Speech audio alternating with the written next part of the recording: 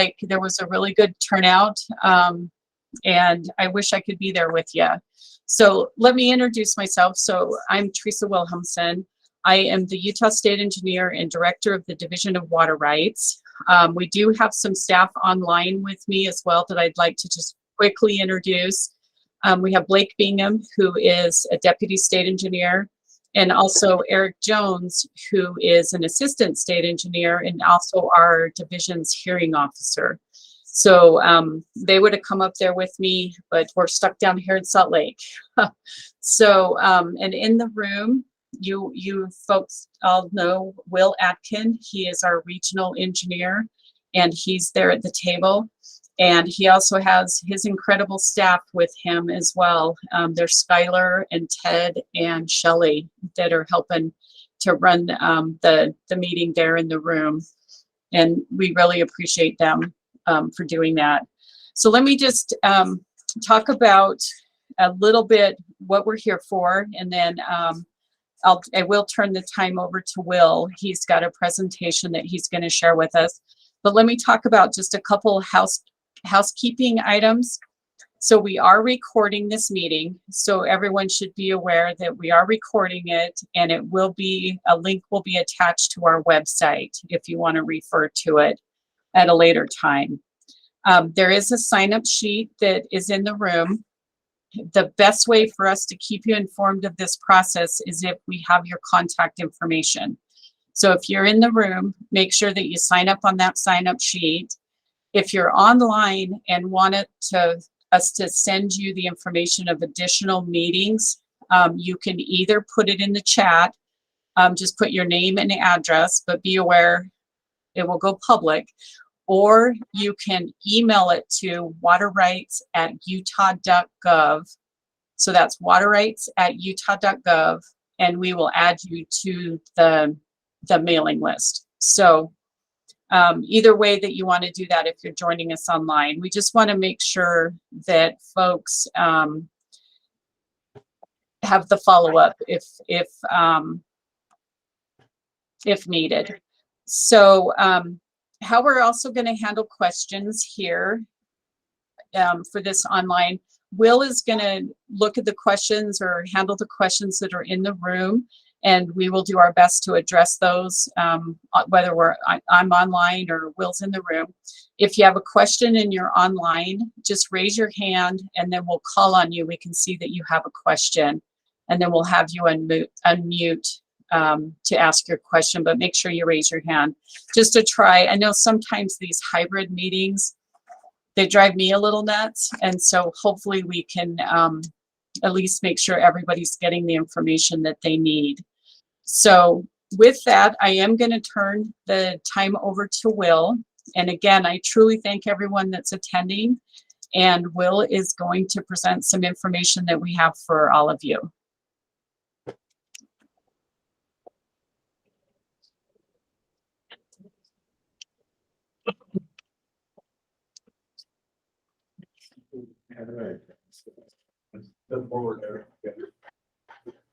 So we're here today to talk about the policy in Area 25, which is Cache County.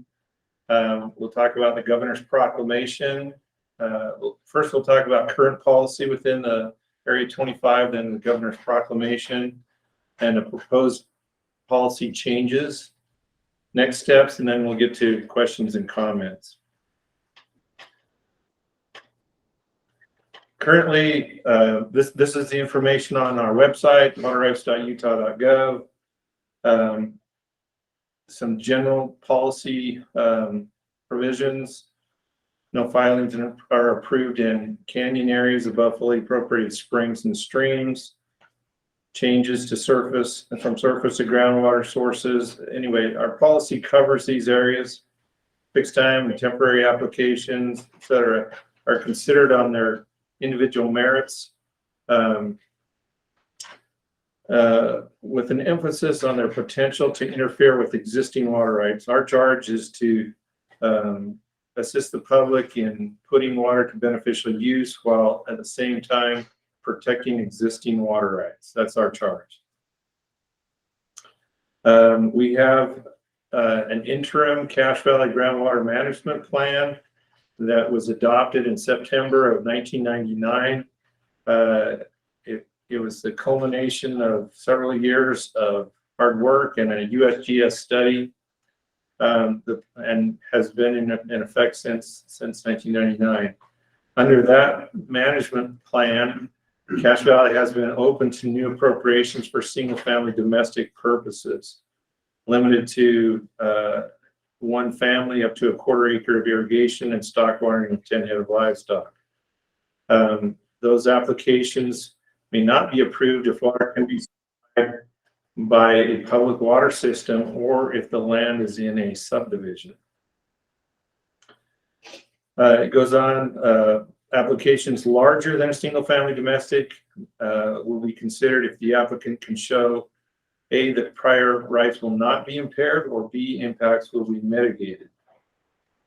At that time, the state engineer allowed an additional 25,000 acre feet of potential groundwater withdrawals and said that we would continue to monitor the hydrologic system and go from there. It has served us well. We also have local water administration practices and interference concerns in Cache Valley that supplement this policy. We have some areas of particular concern: Cove, Clarkston, Paradise, Petersboro. This has been our policy, and like I say, it has served us well. There is a need to address some specific concerns now, and the governor issued a proclamation effective November 3rd of last year that temporarily closes the Great Salt Lake Basin to new appropriations. Everything that's tributary to the Great Salt Lake, the Bear River, the Weaver River, the Jordan River, all of that is included in this governor's proclamation, and this map shows the areas that it includes. The exceptions to this proclamation have been those applications that may be for non-consumptive uses, and applications that include a mitigation plan to offset depletion.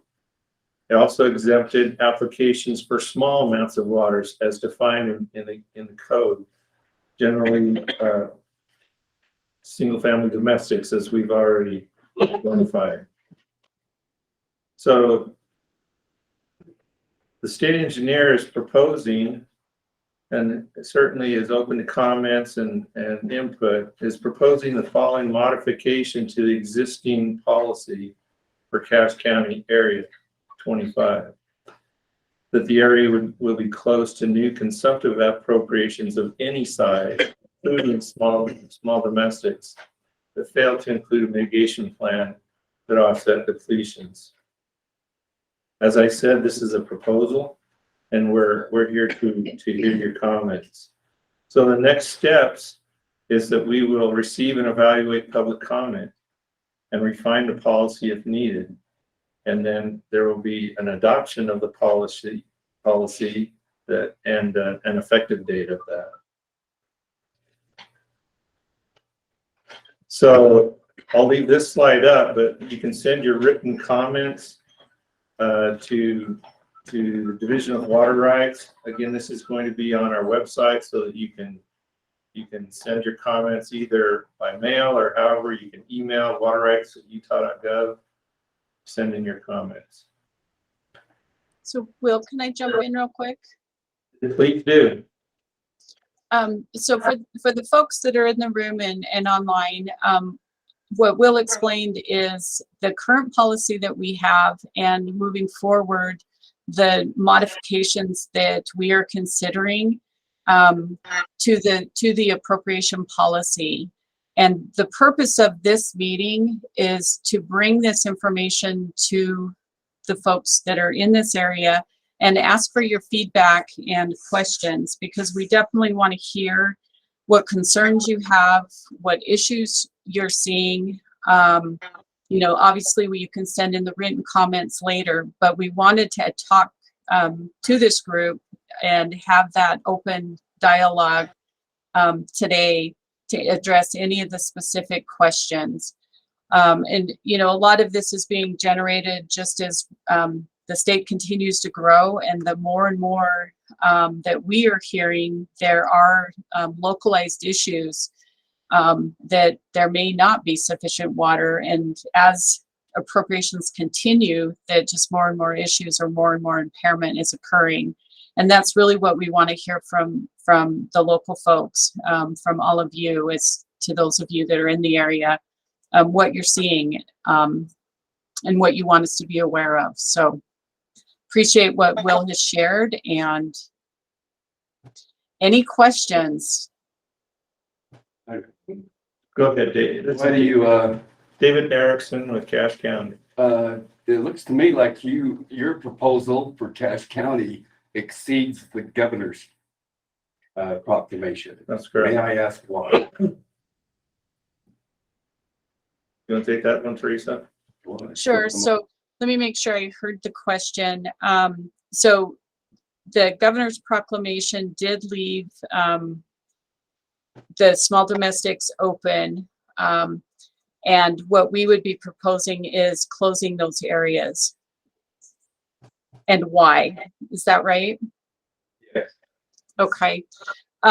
So the governor's proclamation did leave areas open that referred to the state engineer's policies that were in place. If the proclamation closed those areas, there would be no notice to folks that maybe were pursuing some small domestic applications or building a home. And so that's why the area probably needs to be closed, but we wanted to get some input and give some time if that is what needs to happen. So it does propose beyond what the proclamation did.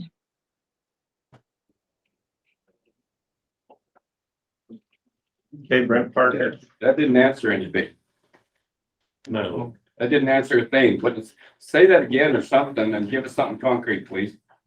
Why do you feel it needs to be closed? You answer that question. So I'm having a little bit of a hard time here, and Will. So the question is, why does the area need to be closed beyond what the governor's proclamation covered? So due to the limited resource, we are concerned that there is impairment of existing rights that is occurring. And so that is what we're looking at. Is there sufficient resource to leave the area open to new appropriations, or is there existing concerns that there is impairment to existing rights? And it sounds like the gentleman that asked the question maybe feels that the area should remain open to small domestic applications. I'm just wondering why you exceeded his proclamation. You know, I would thought maybe you'd be working with the governor on that proclamation, and now it seems like you're exceeding what really he actually came out and wanted. Yeah, so the recommendation, so the governor did issue that proclamation, and the initial ask was to close the areas to all appropriations. And I had actually asked to leave it open for the small domestics that the state engineer's policies did allow, so that we could give time for communities to have these public meetings to talk through the issues and understand, are there issues with the small domestics or are there not? But the proclamation was originally to close the areas immediately. And so, Teresa, correct me if I'm wrong, but the proclamation came with input from the state engineer, and so it wasn't just one side or the other. It was in concert with the governor and the state engineer. Absolutely, absolutely. And those exceptions really did come from at the request of the state engineer, at my request, to leave those some of these areas open still to meet the current policy that the state engineer had in place.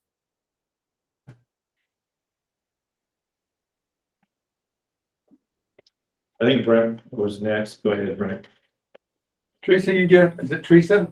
Yes. That some of these areas have impairment of existing rights. How much has been impaired in Cache Valley? We've always had certain wells in certain areas of the county that have a hard time reaching water. That's been a history. It's not something that's been generated within the last 5 years. So what areas in Cache Valley have been impaired? You made that statement that certain of these areas have been impaired, and so we're going to restrict new development. Yeah, so some of the areas that are having issues, Will did mention those in his presentation, and those are identified in the current policy. We do receive inquiries about other individual wells that feel that they're being impaired by some of the newer wells that are going in. It doesn't seem to be focused in any particular area. It seems to be across the valley in general. And so that's why this public comment is helpful for us to understand, is there localized issues that folks are experiencing? Or is it just random issues, individual issues that people are experiencing? And that's what we're trying to look at and study and make sure that we understand what's happening in the valley. The other question I have is, how come the state did not advertise this meeting more publicly? I think most of us heard about it through the grapevine. So I'll answer that question. We did try. We sent out notice. It's been published in the newspaper, in the legal section where the water rights are advertised. We sent out notices to all the cities, all the soil conservation districts. So we made and put it on our website. So we made a real effort to get the notice out. In fact, with the change in the weather and going online, Shelley was making a lot of phone calls today just to make sure people understood about this meeting. And we've held, this isn't the only county. We were in Box Elder County on February 6th, just 2 weeks ago. They were in Utah County before that, and we will be going to other areas within this Great Salt Lake Basin. So those notices are all being on our website and through the newspapers. I might suggest some of the local papers, Facebook, some of those that are more commonly focused, if people do not have a daily interest in the water rights, they'll miss that. I think that's maybe what's happening.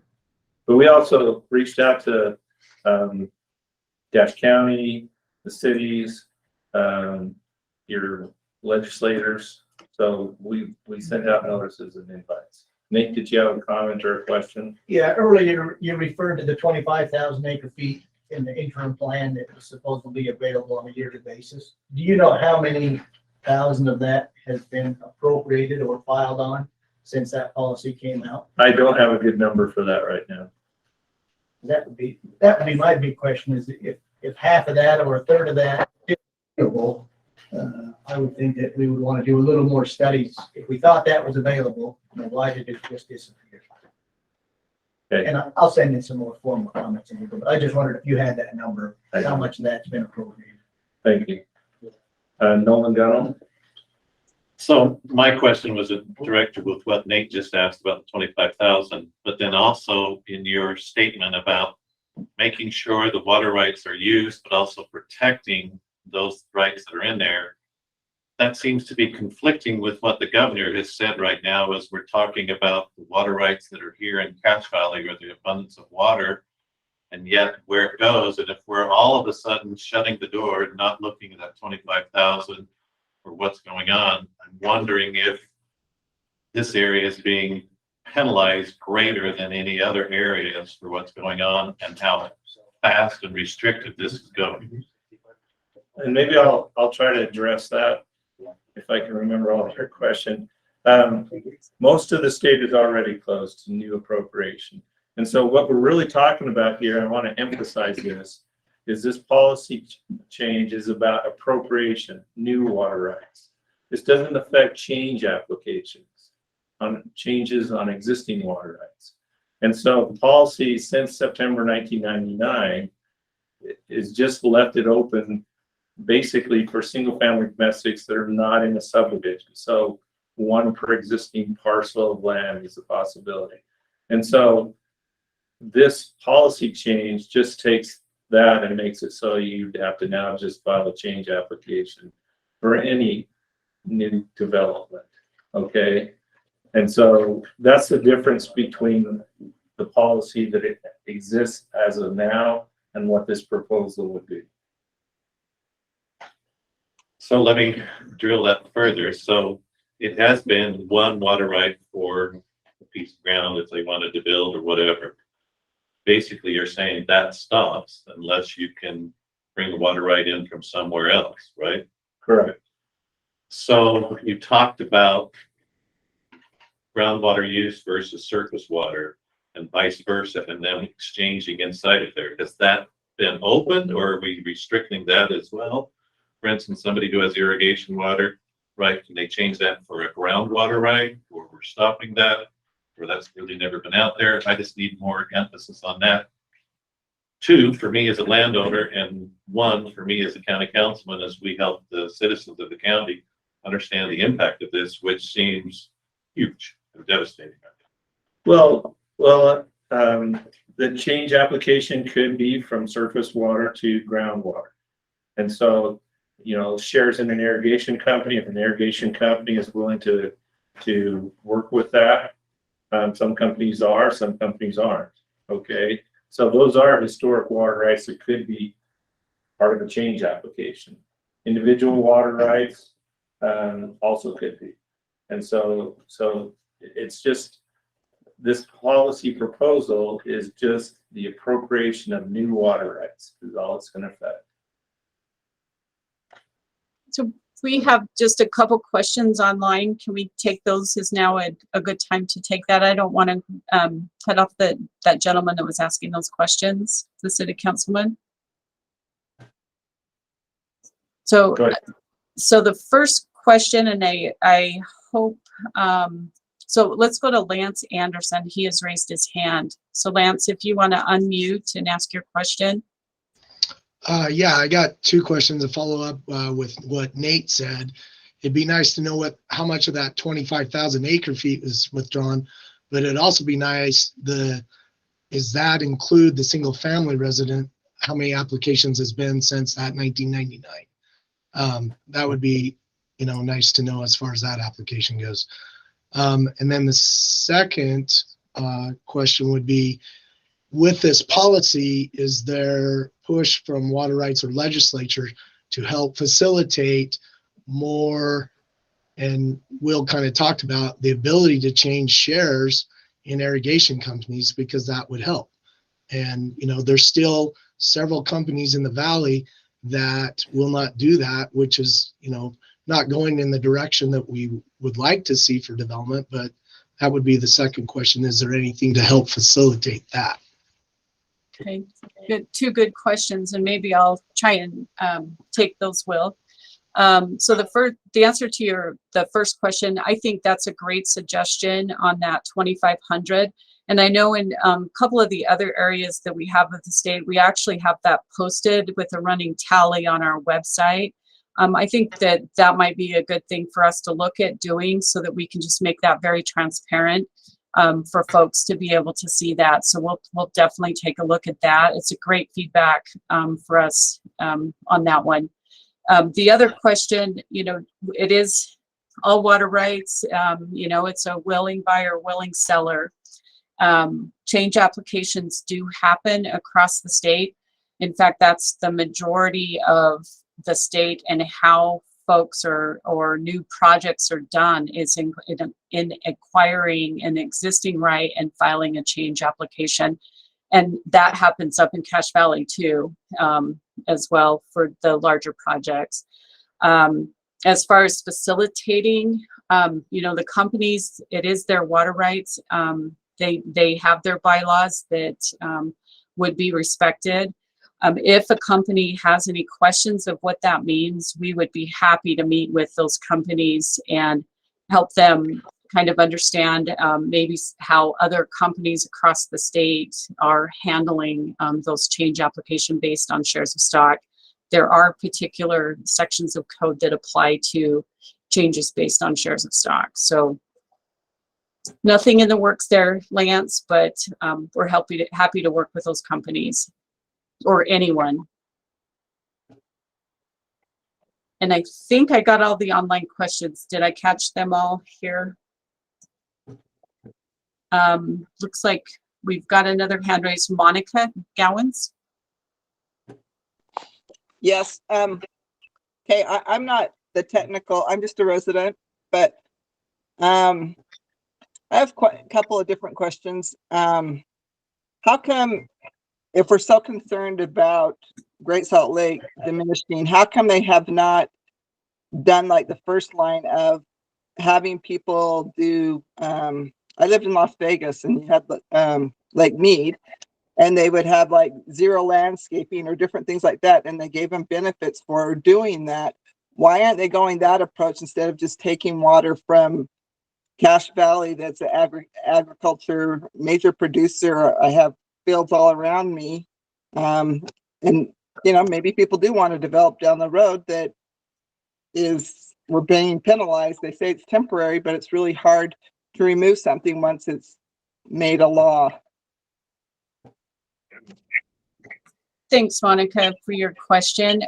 There are a lot of efforts going on, a lot of bills that are being passed through the legislature and funding to address conservation measures across the state, not only in the Great Salt Lake Basin, but also in the Colorado River Basin. So there's a lot of efforts that are going on there, and we'd be happy to provide some of that or connect you with the agency that oversees those conservation efforts. And to address kind of your second point there, this isn't taking any water rights away. All water rights will still exist.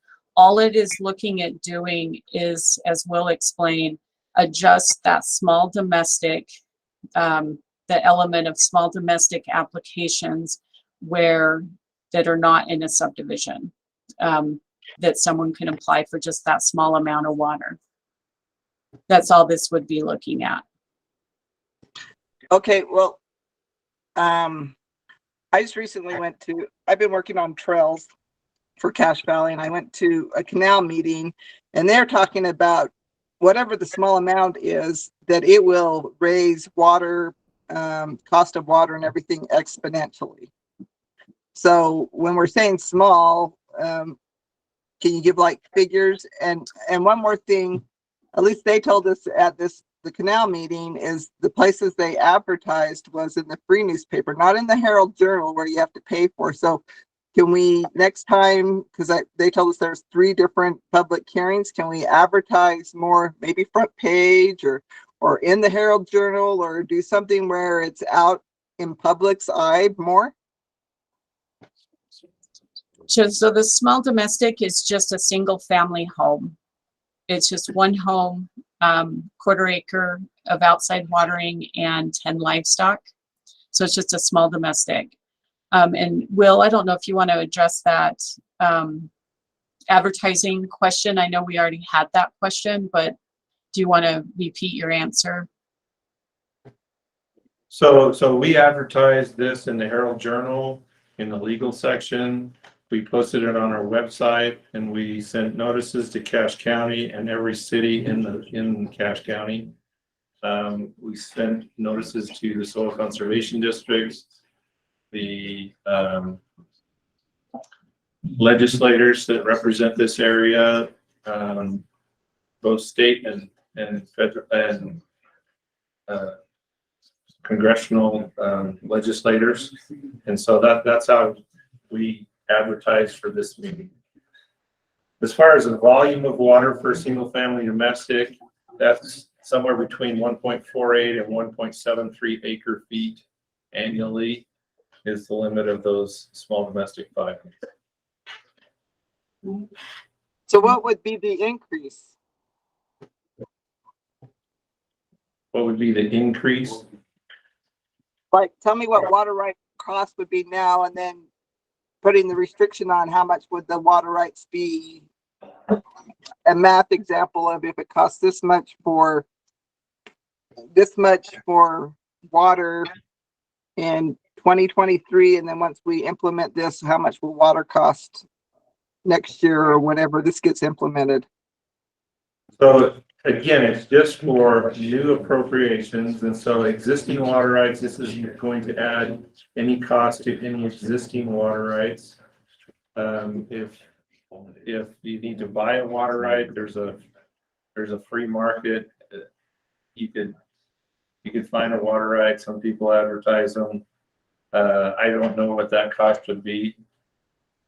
And it may, some of these, I need to address something that, a lot of the development that happens in Cache County is on irrigated land.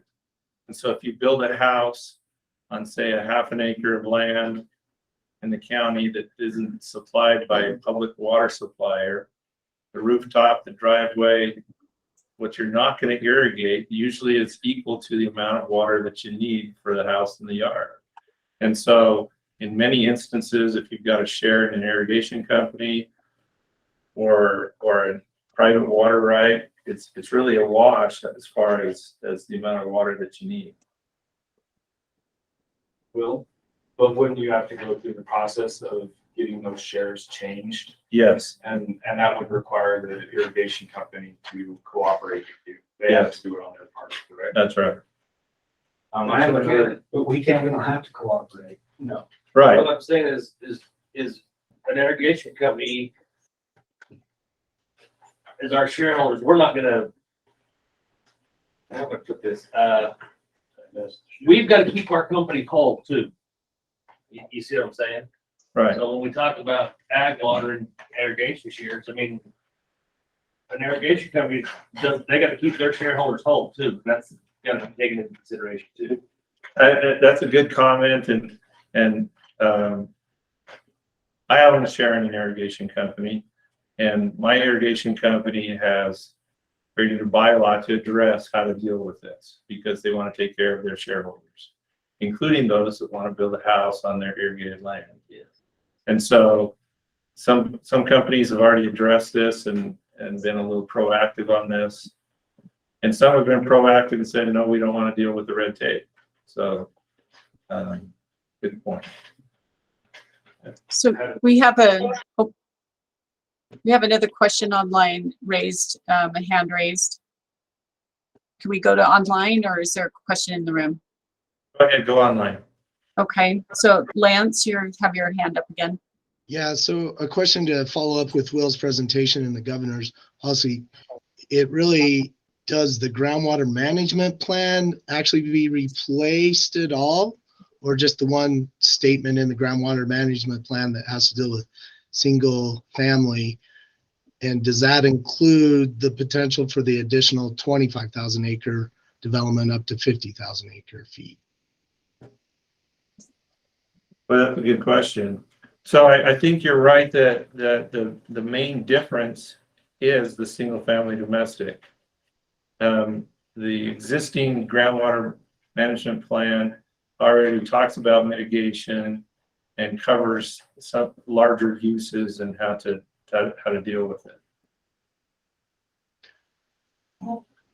But will it change will at some time, if we hit the 25,000 acre feet in Cache Valley, will it still go with the groundwater management plan of doing additional 25,000 that there's no impairment like it says? Or does this policy say, no, we're just limited to 25,000?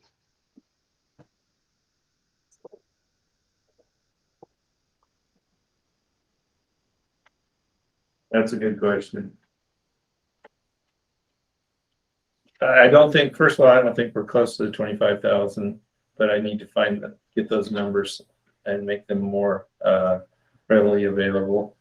That's a good question. I don't know that I know the answer to that. We'll have to consider that as we formulate our policy. Okay, I've got a comment over here. You want to? I'll just come. Anybody you want? My voice isn't very good. My name's Morley Cox. I'd just like to address what I think I know a little bit about management plan. I spent the last year looking at every application that's been filed in section 20, area 25 from 1996 to present. The big withdrawal application from the aquifer have been, as far as my mind says, Midley City in 2005 took 1,700 acre feet because of population growth. And what I think they're doing is changing irrigation company shares they've collected when people have annexed their property into Midley City. And they converted some of that into municipal water out of the aquifer. They did another 1,200 acre feet in 2014. CV Ranches brought some water down from Richmond. I think the number is 384 acre feet. Irrigation water converted to municipal water. Cache County themselves set up a little thing where they filed an application for about 13,000 acre feet. I don't believe that's ever been approved, although the 1,200 acre feet that went to Midley City came out of that supply, if my memory is right.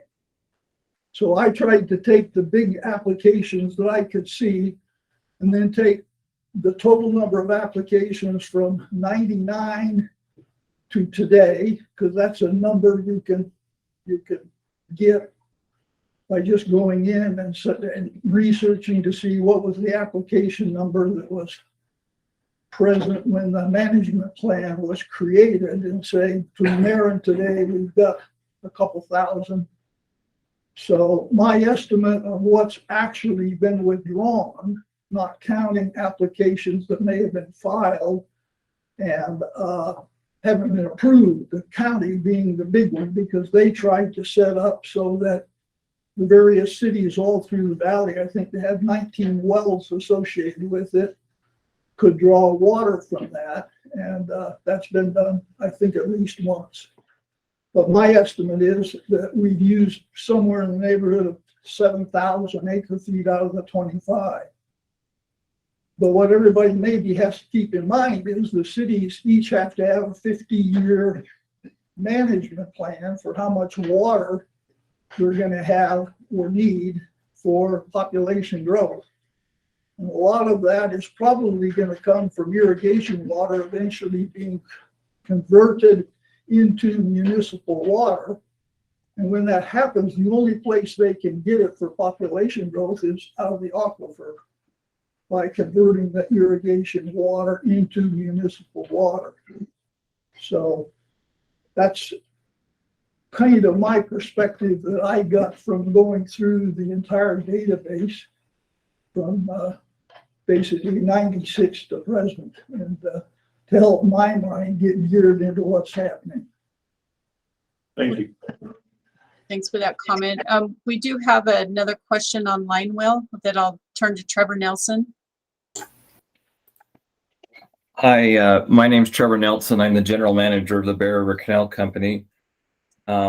We are the first water right in the next area down, and we have sister companies that are part of our association that divert in area 25. We're all connected in through the storage contracts at Bear Lake. Now, my understanding was area 29 has a similar provision in the fact that there was 10,000 acre feet available for additional development, and they'd only made it through a portion of that as well. But our understanding from the last meeting was that that was being curtailed. You know, where we're at is where we're at, and it would close. And so I want to make sure, I guess, get clarification from both the regional and the regional engineer and the state engineer that this policy change would stop us where we're at. If the last speaker is correct, let's say that number is 7,000 of the 25,000 acre feet. This puts an end right now to additional groundwater development without it coming through a change application. Is that correct? So Trevor, thanks for your question. So what we were looking at is this, it's just the small domestic provision. But we also need to be aware of what this groundwater management plan is and where we are on that 25,000. And we will definitely get those numbers pulled together to know where we're at. And that there isn't a decision that's going to be made today at all. This is just to gather the information, hear the comments like the council, the city council members have, and the irrigation companies as to what is the path forward. You know, are parts of this existing plan working? Are they to remain in place? Do we need to close to small domestics? More to come, and we definitely, as we move through this, will bring this information back based on the comments and the questions that we receive, and bring this back to this group to talk with you about it. So we would just make the comment then that if you're going to close Box Elder County, you'll need to close Cache and Rich counties as well, in the spirit of fairness, because all three counties had open groundwater appropriations. And if you're going to close one, we certainly feel like they all need to close at the same time. And if you decide to leave one open, it probably needs to be split amongst the three so that everyone, because everyone's got the same problem. They have domestic needs that are now somewhat they're really hampered by the change in policy. Now, I'm not saying that that's not the right decision, don't misunderstand, but what I am saying is we need to make sure that it's balanced so that all three counties can equitably enjoy, if there's any water that is left available for appropriation. Thanks for that comment, Trevor. You have any more online? No. Two parts. I mean, I understand we got the canal companies here, and I'm a water user from a canal company, but as a user, I'm being told and probably faced with some cost to pipe that water so that we, don't use as much, but yet we don't have any storage capacity for that we don't use. So I'm concerned about what that water is going to be done in the future, who claims it. And as a councilman for the county and a landowner, I'm concerned about government coming in. When the governor put out, he's an elected official, so I have some say-so there. But here's the Water Rights Division saying, well, we're going to go above and beyond what the governor's doing, and I have concern with that. Until we've had more public input for a government entity to go surpass the requirements that a governor and elected official has said, that puts it back on me as an elected official in the county to try to help the constituents in what's going on from a water right use. Truly appreciate those comments. Thank you. And completely understand. No, Yeah, I'm Joe Fox. I'm curious if you have an idea of how many parcels this would affect that could previously have requested to appropriate water, but under this rule wouldn't be able to. That's a good question. I think there's not a easily discerned answer to the question. The reason why is because the existing policy as it stands right now is it can't be a parcel that's split or subdivided since 1999. And so to be able to research, you'd have to practically go parcel by parcel to see, Yeah, work in GIS and exclude everything from subdivisions and anything that has a home on it, right? And then that would be what's affected by this. And we've interpreted subdivision as in anytime you split a parcel. I think that's state code as far as the definition of the subdivision is anytime you split a parcel. And so maybe I'm not as tech savvy as probably you are or some of the others in this room, but I think that would be a hard fact to ascertain. Brent, go ahead. Not an answer to that.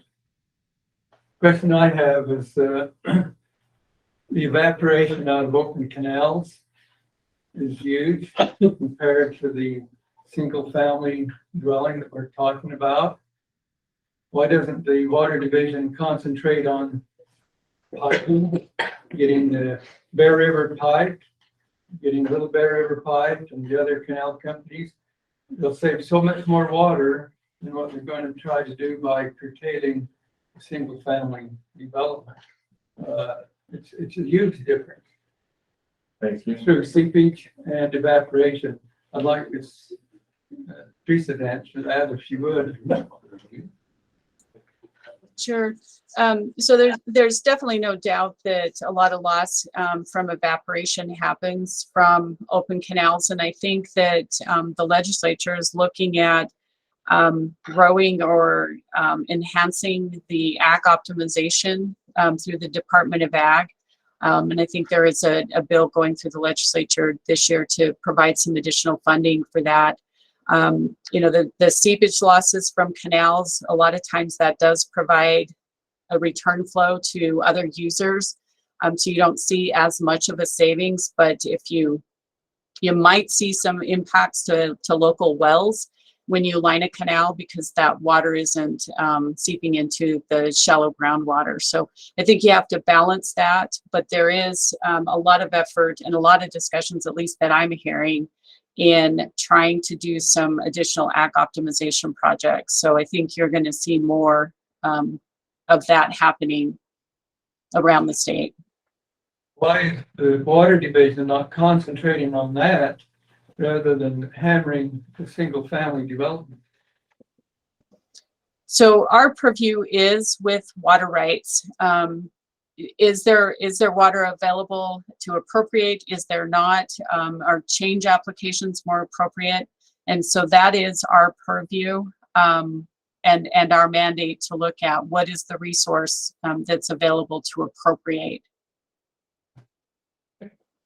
Mr. Rasmussen, you've been patient. So when you announced in your presentation, Will, and you talked about close to additional applications without having a mitigation plan for these small domestic. The groundwater management plan has some mitigation requirements and things for large applications. What do you foresee if you're looking at a small domestic application? What do you foresee, or what would you envision as being a mitigation measure that would be acceptable for small domestic, and is that feasible or reasonably economic to consider or implement, or how to determine the acceptability of a mitigation plan? That's a really good question. It's one they ask in Box Elder County. I don't know that I have a good answer for it. And the reason why is it's really specific to what water rights you have, your situation. And so I don't have a off-the-shelf mitigation plan, so to speak. You might, I don't know. Another thing that I might point out is the mitigation plan isn't just for small domestics, it's for any new appropriation. Right. But in the groundwater management plan, there's some direction and guidance for a large application. If you're looking at a large application, you got a lot more resources to put into understanding that. I'm just trying to figure out is the scale or what you would have to go through and look at to get approved for a small domestic use. Is it reasonable? Are you basically saying we would never really even approve a mitigation plan for small domestic? Essentially, it's closed. Or are you saying that there's reasonable things you could do to mitigate that the Division of Water Rights would approve for a small domestic application? Good question. And so I think if you go back to our charge is to put water to use and protect existing water rights. So if that's your focus as you come up with a mitigation plan, that should be your focus, is to how does it mitigate for impacts, local or regional impacts to existing water rights.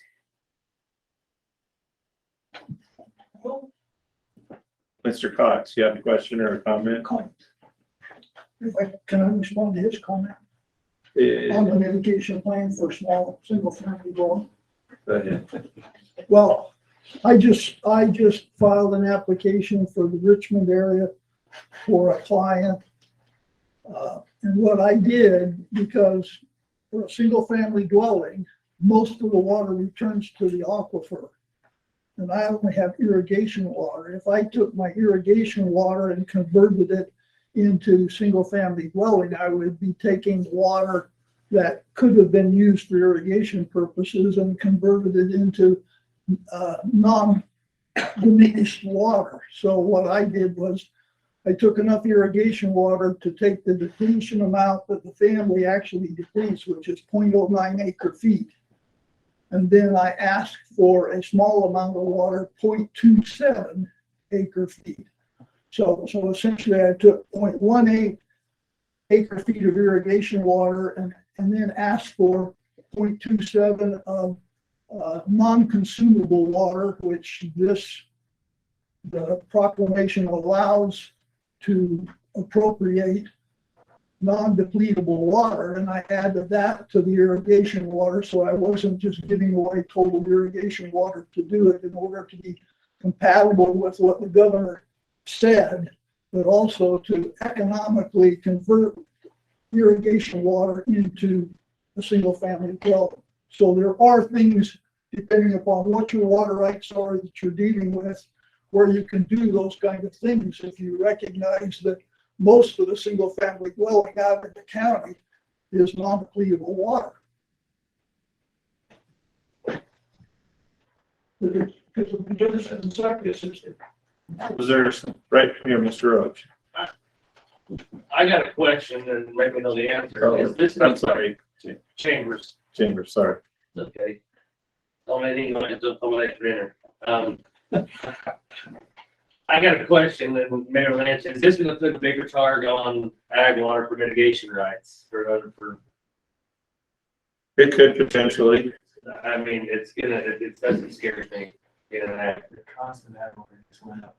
exponentially is double. It's double. Yeah. Back to the free market. Okay. Go ahead. So Chad Brown, talking about the current policy talks about how such applications may not be approved if water can be supplemented or supplied by a public water system. What is the distance, I guess, from a public water system that is reasonable? Because there are a lot of areas in can't be served by a public water system, and so that's why this current policy of a private well for domestic use, that's where they would get that water supply. We're now saying that is being shut off. So I guess what is that distance? What is reasonable for a landowner to tie into an existing city system? Good question. We don't have a set distance. I mean, there is portions of the state code that say that if you're within the boundaries of a municipality, and the municipality has an ordinance that addresses that, then we can not approve it if the municipality lets us know. We have filings that are close to a municipality. I mean, we've had municipalities protest those applications. And so I don't know if there is a set distance or if it just depends on the municipality and their boundaries. Because I think a lot of families that are property owners that have land with the anticipation of, their children building on that property, taking advantage of that ability to drill a well and develop that domestic water right is now been cut off unless you can mitigate. But I think the distance is an issue. I think that maybe some of the underlying concern that's being expressed here is much of Cache County is rural, and there's a lot of acreage that people expect or want to build on for their use, and now this is being shut off. This is being cut off, and so it seems like until the city grows to them, they can't use any water. They can't use that acreage for their children to build a home on, or you know, somebody's gotta die to then take over that well, those types of things. It seems like it's a little bit of a wide sweeping, policy to just completely shut that off. And let me respond to that, because I don't think that it has been shut off. I mean, you can still file a change application and drill a well, provide that home.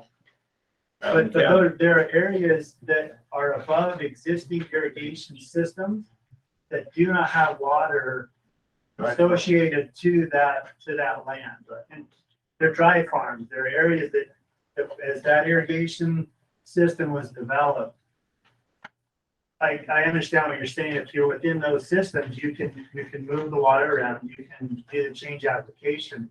But there's a lot of acreage above that I don't see an irrigation company being able to go to the irrigation company, because the water right is tied to a geographical area and has to be used within that area.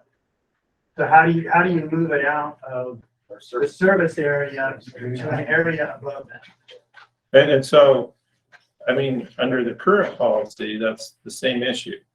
And so, it doesn't have to be shared in an irrigation company. There are those who are urbanizing and keeping the water rights to sell to be able to do these kind of change applications. And so, just like I said, there is a bit of a market for some water rights to be able to do these single family domestics out in the county.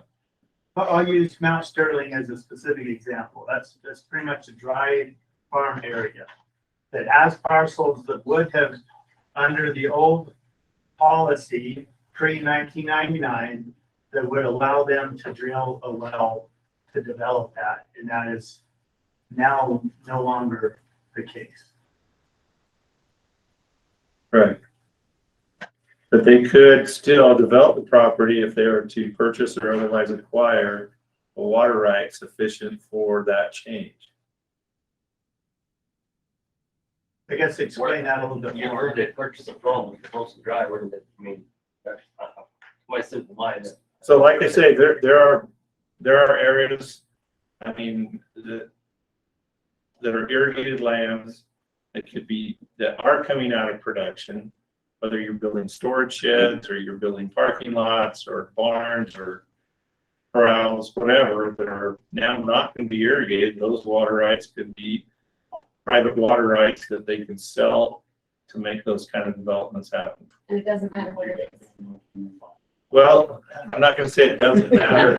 There's always localized interference issues, even on change applications, even on new appropriations. There's still localized interference issues. What was your comment? I just said, and it doesn't matter where it is. So you're thinking of finding rights associated with that land. I mean, they're suggesting that you could find any rights that are available. Just like Nibley, Nibley was able to buy shares in Richmond and drill a well. You go through the change application, there's. How does that? If it's approved. Yeah, if it's approved, it's gotta be approved. How does that not dry up where that water used to go to? Like Peterborough is a prime example. I farmed along the highway up there for helping the guy for the last 10 years. And it used to be a lush, we call it the irrigated dry farm. Now there's homes above you, you get one crop instead of 3 that you used to. And some of that's the drought. But there's been so many homes punched over there. So you tell me I can go buy a West Cache water right. I'm gonna move it to Petersboro. I'm gonna drill a well, and the aquifer that used to charge the swamp down below there is not gonna get recharged anymore, because now I'm taking the water, but that West Cache water is not gonna make it to that swamp. That's why we evaluate every application based on its individual merits. And I'm not disagreeing with what Nathan's saying. Nibley has proven that. The concern is the individual homeowner. Nibley can pass that cost on to all the residents and offset that in a larger scale. I guess my concern is the individual small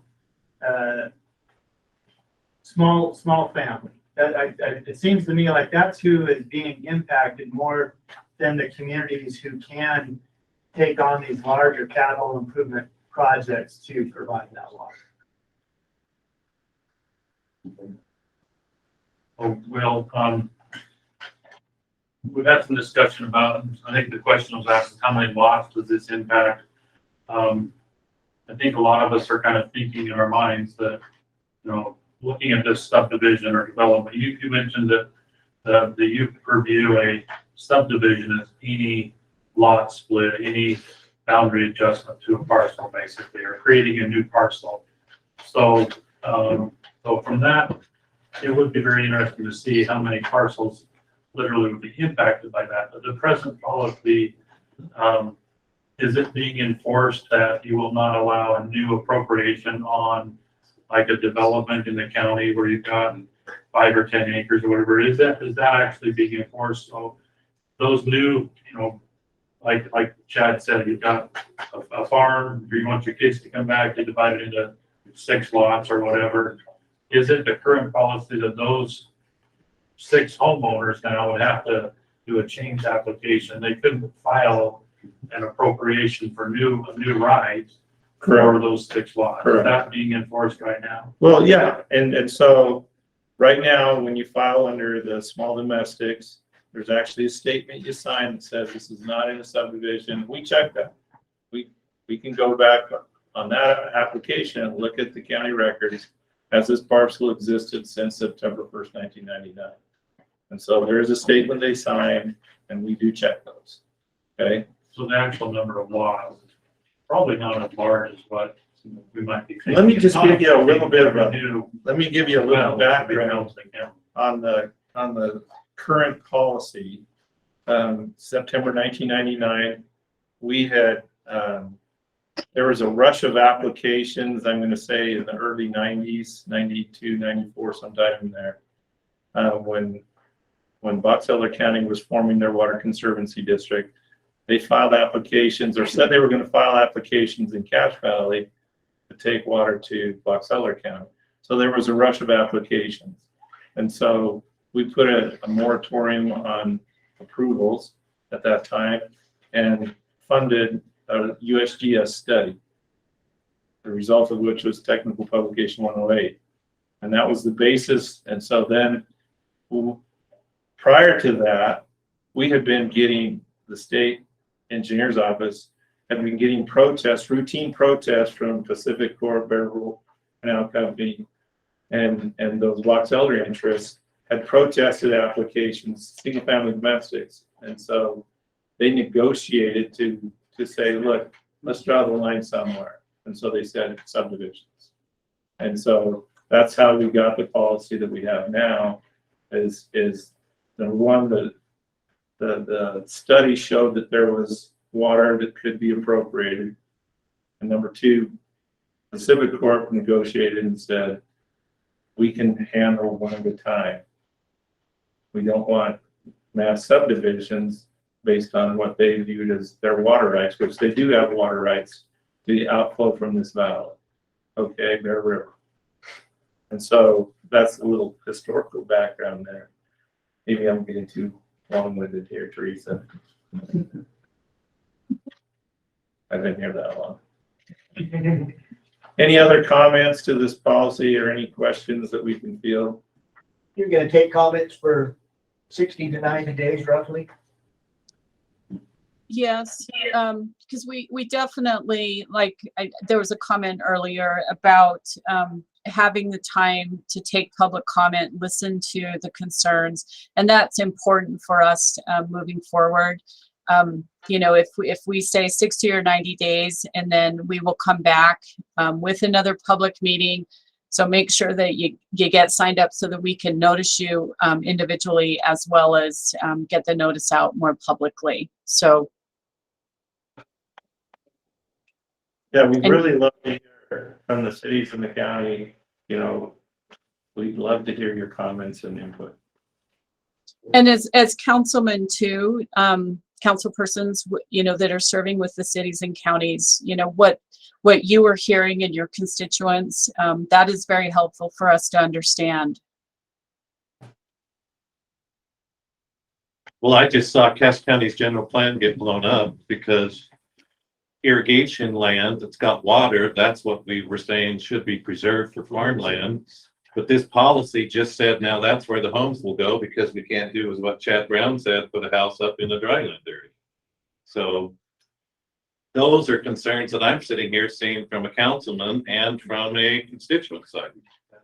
And when we see that single family use isn't the drawdown as what's been talked about so much as the impact, and yet you guys have so efficiently stepped over what Governor Cox has said is his part, and that's a big concern of mine.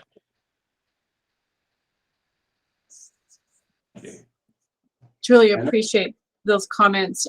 We do have another hand raised online for another question real quick here. Lance? It wasn't necessarily a question, but a comment. It would be nice as you put that forward, just how that affects the groundwater management plan in the Cache Valley with the two comments. But Will, I think there is another statement in the groundwater management plan that says if you don't have any impairment, you could just new appropriation. So it'd be nice to change that. The other comment was there's been discussion as mitigation/replacement water in a couple of applications. And I just want to make sure that that's kind of clear. I think you know what I'm talking about. As far as the state law, mitigation/replacement.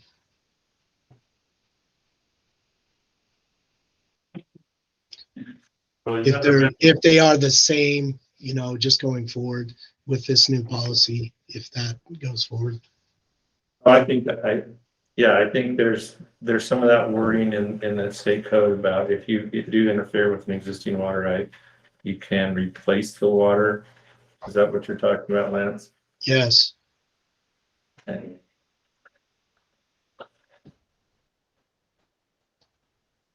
Is that it? I was just gonna say, you mentioned all those organizations that were protesting everything. You didn't say Great Salt Lake for some reason back then. What's the deal? That is why we're here, isn't it? Oh, man. Yeah. Like I said, if you've been It's in here, everyone's mind right now. if you've been here long enough, you've seen the highs.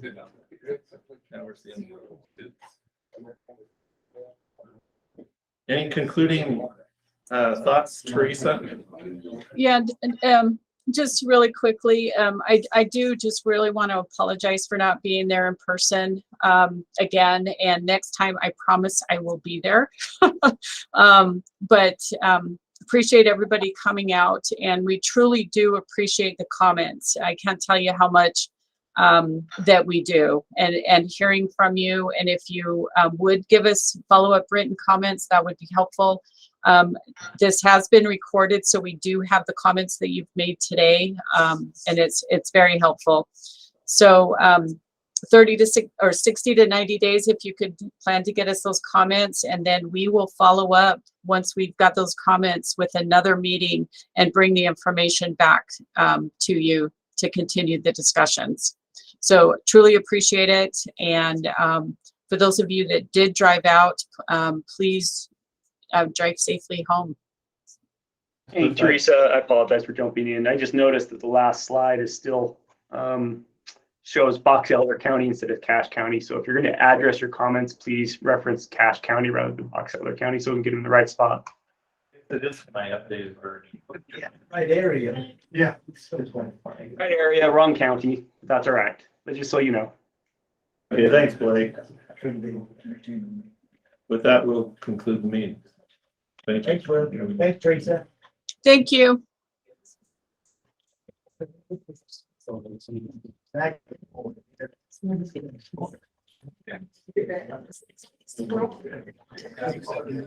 you.